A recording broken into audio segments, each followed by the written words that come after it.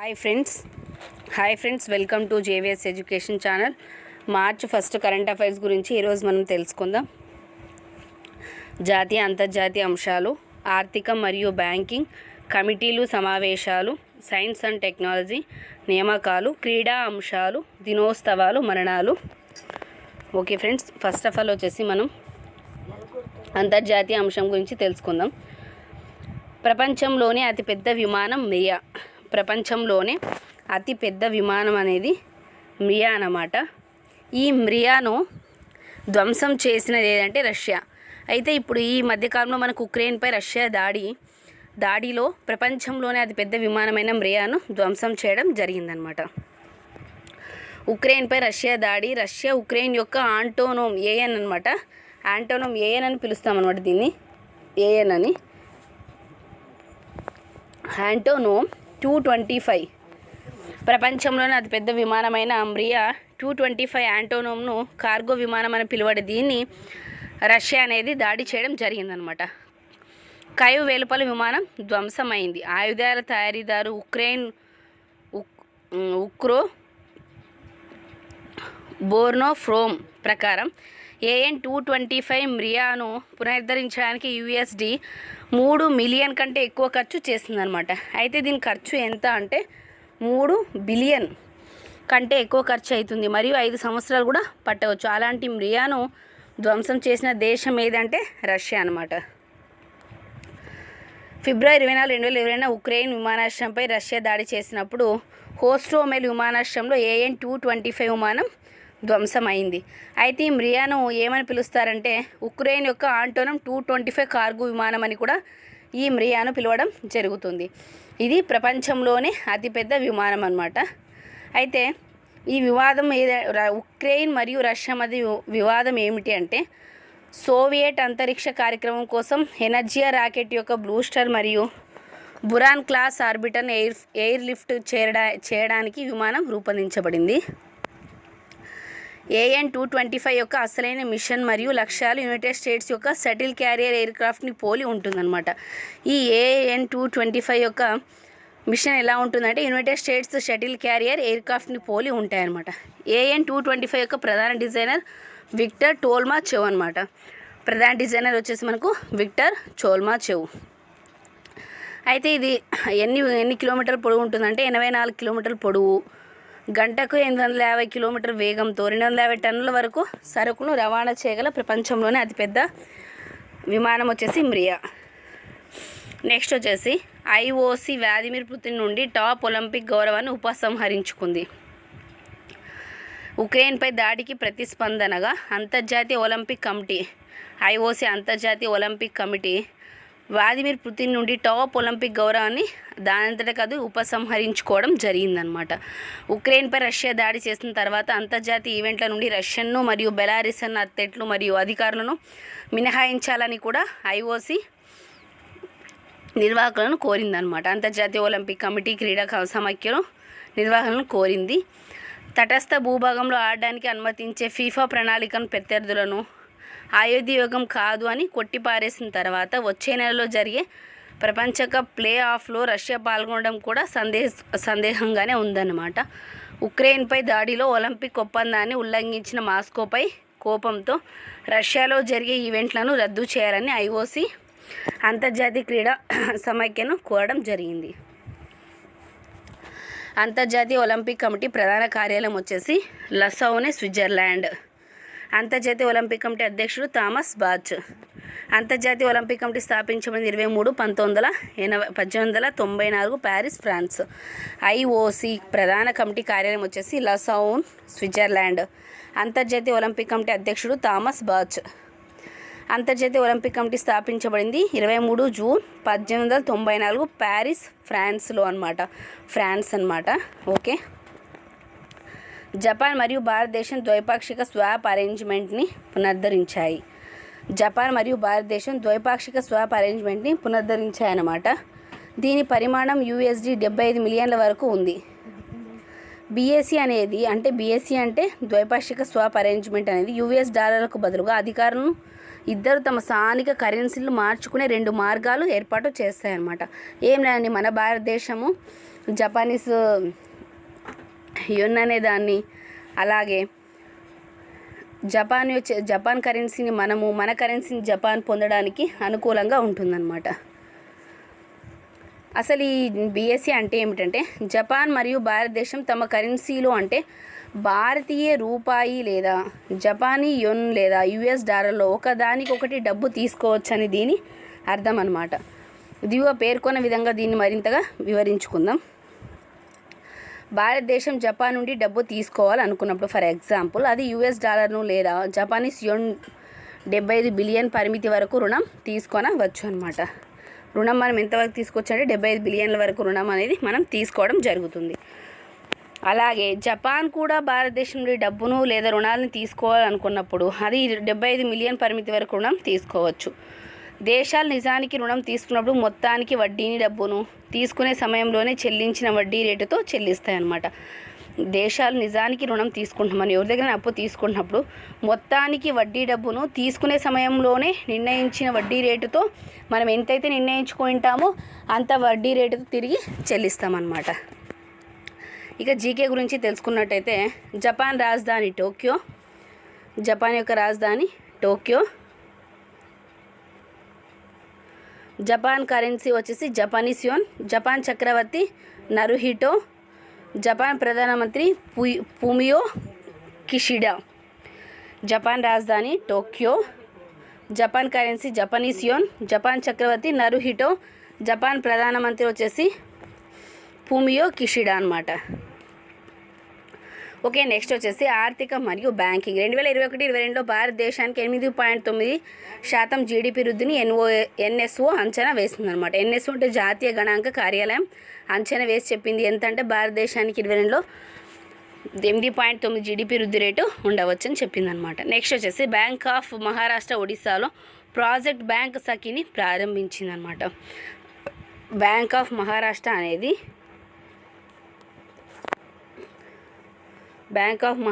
అనేది ఎక్కడ స్థాపించింది? ప్రాజెక్ట్ బ్యాంక్ సఖి అంటే ఒడిస్సాలో స్టార్ట్ చేసిందనమాట. ఒడిస్సాలో మనకు స్టార్ట్ చేయడం జరిగింది. ఇక దీని గురించి బ్యాంక్ ఆఫ్ మహారాష్ట్ర గురించి తెలుసుకున్నట్టయితే, బ్యాంక్ ఆఫ్ మహారాష్ట్ర ప్రధాన కార్యాలయం Pune. Bank of Maharashtra CEO వచ్చేసి A S Rajeev. Bank of Maharashtra స్థాపించబడింది 16 సెప్టెంబర్ 1935 అనమాట. బ్యాంక్ ఆఫ్ మహారాష్ట్ర ప్రధాన కార్యాలయం Pune. Bank of Maharashtra CEO వచ్చేసి A S Rajeev. Bank of Maharashtra స్థాపించబడింది 1935 సెప్టెంబర్ అనమాట. నెక్స్ట్ వచ్చేసి కమిటీలు, సమావేశాలు. 28వ DST CIA India Singapore technology summit 2022. భారత పరిశ్రమ సమాఖ్య New Delhi department of science and technology భాగస్వామ్యంతో DST CIA టెక్నాలజీ సమ్మిట్ యొక్క 28వ ఎడిషన్ 2022 ఫిబ్రవరి 23-24 తేదీలో నిర్వహించడం జరిగిందనమాట. అయితే ఈ సమ్మిట్ యొక్క లక్షణాలు ఏమిటి? అయితే 28వ ఎడిషన్ 2022 ఫిబ్రవరిలో జరుగుతుంది. అయితే దీని యొక్క లక్ష్యాలు ఏంటి అంటే, ఈ టెక్నాలజీ సమ్మిట్ పరస్పర చర్యను మరింత మెరుగుపరచుకోవడానికి, అప్గ్రేడ్ చేయడానికి మనకు ఈ సమ్మిట్ ఉపయోగపడుతుందన్నమాట. ఓకే, ఈ కాన్ఫరెన్స్ ఆఫ్ ఇండియా ఇండస్ట్రీ అంటే CII New Delhi science and technology విభాగం COI భాగస్వామ్యంతో నిర్వాహకులు నిర్వహిస్తూ ఉన్నారన్నమాట. ఇక జీకే గురించి తెలుసుకున్నట్టయితే, CII అధ్యక్షుడు వచ్చేసి తచట్ విశ్వనాథ్ నరేంద్రన్. CII అధ్యక్షుడు వచ్చేసి తచట్ విశ్వనాథ్ నరేంద్రన్. డైరెక్టర్ వచ్చేసి చంద్రజిత్ బెనర్జీ. చైర్మన్ వచ్చేసి మనకు టెక్నాలజీ సమ్మిట్ చైర్మన్ వచ్చేసి Vipin Sondhi. Technology summit chairman వచ్చేసి విపిన్ సోంది. అధ్యక్షుడు CII అధ్యక్షుడు వచ్చేసి తచట్ విశ్వనాథ్ నరేంద్రన్. డైరెక్టర్ వచ్చేసి చంద్రజిత్ బెనర్జీ అనమాట. నెక్స్ట్ ఇండస్ట్రీ కనెక్ట్ 2022ని కేంద్ర మంత్రి డాక్టర్ మన్సుఖ్ మాండవీయ ప్రారంభించారు. ఇండస్ట్రీ కనెక్ట్ 2022 అనే పరిశ్రమ మరియు అకాడమీ సినర్జీ అనే అంశంపై సెమినార్ను కేంద్ర ఆరోగ్య కుటుంబ సంక్షేమ రసాయన ఎరువుల మంత్రి డాక్టర్ మన్సుఖ్ మాండవీయ ప్రారంభించారు. ఇక్కడ మనం గుర్తుపెట్టుకోవాల్సింది, మన్సుఖ్ మాండవీయ ఇండస్ట్రియల్ కనెక్ట్ అని 2022ని ప్రారంభించడం జరిగిందనమాట. ఎందుకోసం అంటే దేశం యొక్క పురోగతి ఆవిష్కరణ కోసం ఈయన దీన్ని స్టార్ట్ చేయడం జరిగింది. ఓకే, ఇక లక్ష్యాలు ఏంటి? ఈ సెమినార్ ఎందుకు స్టార్ట్ చేశారు? ఎవరు స్టార్ట్ చేశారంటే మనకు మన్సుఖ్ మాండవీయ స్టార్ట్ చేశారు. దీని లక్ష్యాలు ఏంటంటే మొదటి లక్ష్యం వచ్చేసి ఆర్సిడి పరిశ్రమల నుండి ప్రయోగశాలపై దృష్టి పెట్టడం. రెండవ లక్ష్యం పెట్రోకెమికల్ సెక్టార్లో మానవ మూలధనం కోసం స్కిల్ గ్యాప్ అనాలిసిస్ చేయడం అన్నమాట. ఇండస్ట్రీ కనెక్ట్ సాయంతో స్వదేశీ సాంకేతిక ఆత్మనిర్భర్ సిఐపిటి అందించడం లాంటివి వాటికి మద్దతు ఇవ్వడం. అయితే దీనికి హాజరైన వారంటే మన్సుఖ్ మాండవీయ కేంద్ర ఆరోగ్య కుటుంబ సంక్షేమ రసాయన ఎరువుల మంత్రి. అలాగే వారితో పాటు ఇంకెవరు హాజరయ్యారంటే మిస్టర్ కమల్ నానావతి సిపిఏఎం అధ్యక్షుడు అలాగే professor Shishir Sinha director general వచ్చేసి సిఐపిటి డైరెక్టర్ జనరల్ కూడా హాజరయ్యారనమాట. ఓకే, నెక్స్ట్ వచ్చేసి science and technology. Vindhyachal Prayagraj మధ్య డిఆర్డిఓ విజయవంతంగా పరీక్షించిన క్వాంటమ్కి డిస్ట్రిబ్యూట్ చెక్ అనమాట. ఓకే, నెక్స్ట్ వచ్చేసి science and technology. Vindhyachal Prayagraj మధ్య డిఆర్డిఓ విజయవంతంగా పరీక్షించిన క్వాంటమ్ కీ డిస్ట్రిబ్యూట్ టెక్ అనమాట.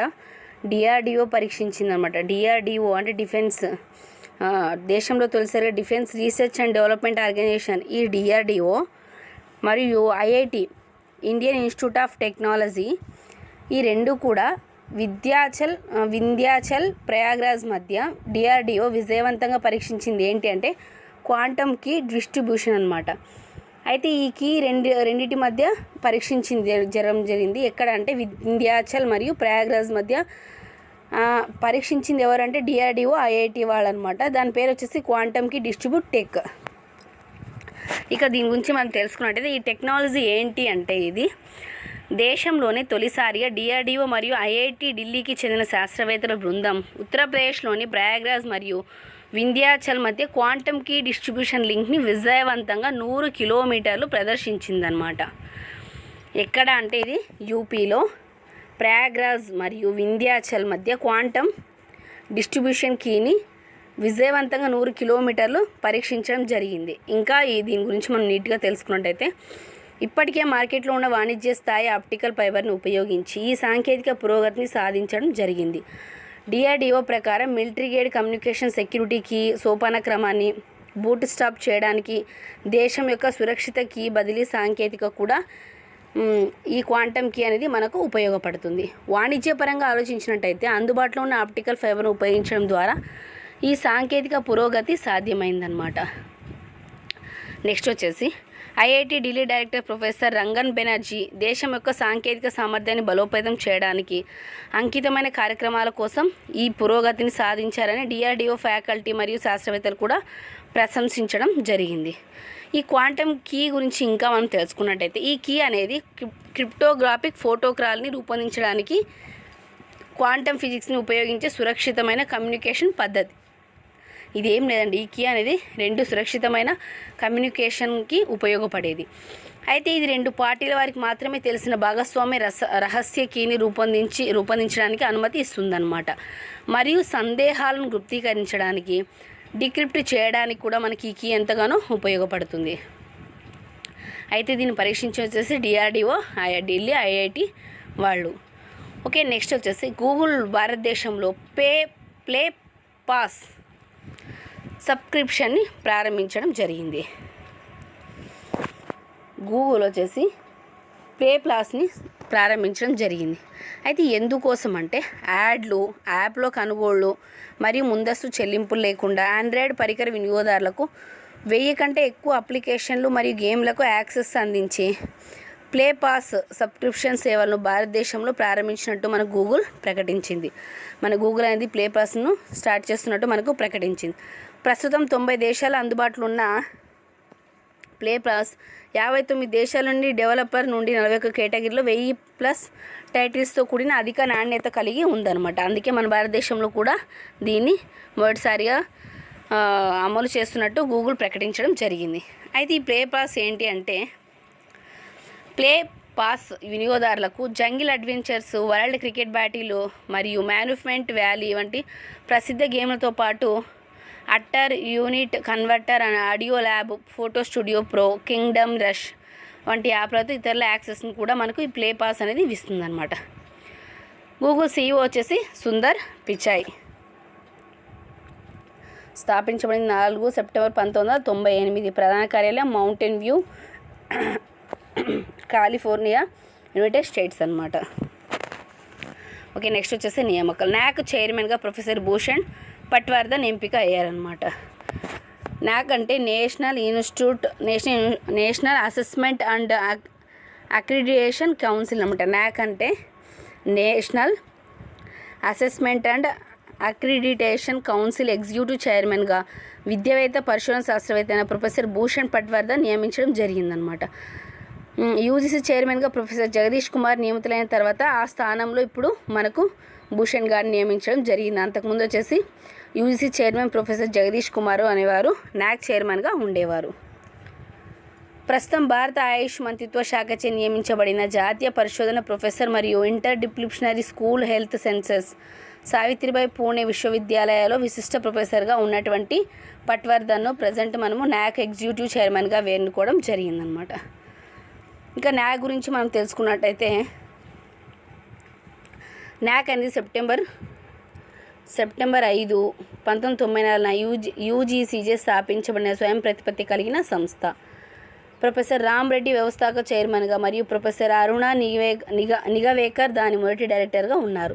ఫస్ట్ డైరెక్టర్ వచ్చేసి ప్రొఫెసర్ రామ్ రెడ్డి, వ్యవస్థాపక చైర్మన్ వచ్చేసి, మొదటి డైరెక్టర్ వచ్చేసి అరుణ్ నివేకర్ ఉన్నారన్నమాట. ఈ సంస్థ నాణ్యత స్థితిని అంచనా వేయడానికి కళాశాలలు, విశ్వవిద్యాలయాలు, ఇతర గుర్తింపు పొందిన సంస్థలు వంటి ఉన్నత విద్యా సంస్థలు కూడా ఉన్నాయన్నమాట. ఓకే, నెక్స్ట్ వచ్చేసి క్రీడా అంశాలు. పారా ఆర్చరీ వరల్డ్ ఛాంపియన్షిప్లో రజతం గెలిచిన తొలి భారతీయురాలు పూజా జాంతియన్. యుఏఈ దుబాయ్లో జరిగిన పారా వరల్డ్ ఛాంపియన్షిప్లో వ్యక్తిగత విభాగంలో రజతం గెలిచిన మొదటి భారతీయురాలుగా పారా ఆర్చర్ పూజా జాంతియన్ చరిత్ర సృష్టించారనమాట. ఫైనల్లో ఇటలీకి చెందిన ప్యాంట్రిల్లీ వింజెన్సా చేతిలో ఓడి రజత పథకంతో సరిపెట్టుకుంది మన పూజా జాంతియన్ అనమాట.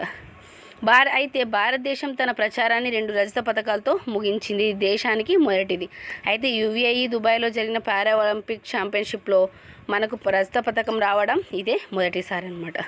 పారా ఆర్చరీ ప్రపంచ ఛాంపియన్షిప్లో భారత్ తొలిసారిగా 2 పథకాలు సాధించడం జరిగింది. నెక్స్ట్ వచ్చేసి దినోత్సవాలు. మార్చి 1 నుండి మార్చి 7 వరకు జన ఔషధి దివస్ ప్రవారం పాటించబడుతుందన్నమాట. రసాయనాలు మరియు ఎరువుల మంత్రిత్వ శాఖ 2022 మార్చి 1 నుండి 7 వరకు జనౌషధి దివాస్ను నిర్వహిస్తుందన్నమాట.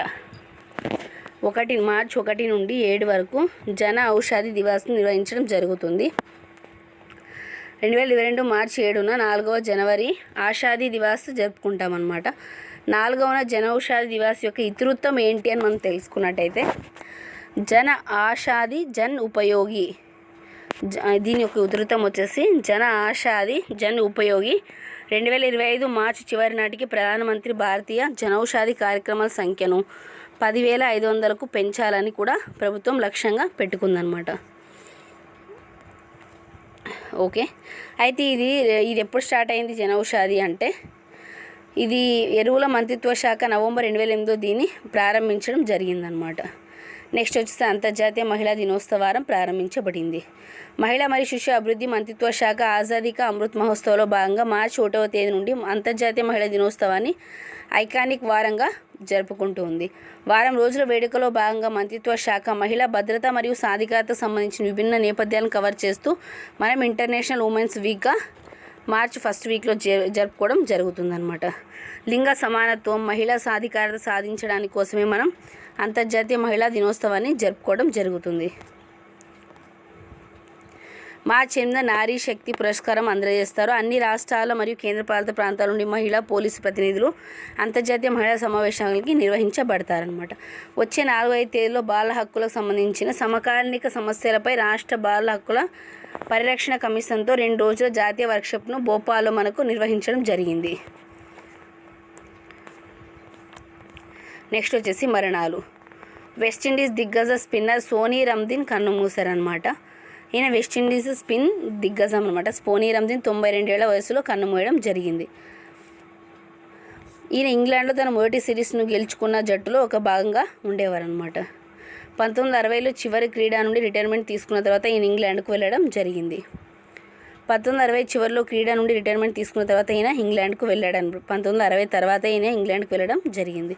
అయితే వెస్టిండీస్ స్పిన్ దిగ్గజం సోనీ రమ్దీన్ 92 ఏళ్ల వయసులో కన్నుమూయడం జరిగింది. Okay friends, today current affairs ఇవి. Thank you all.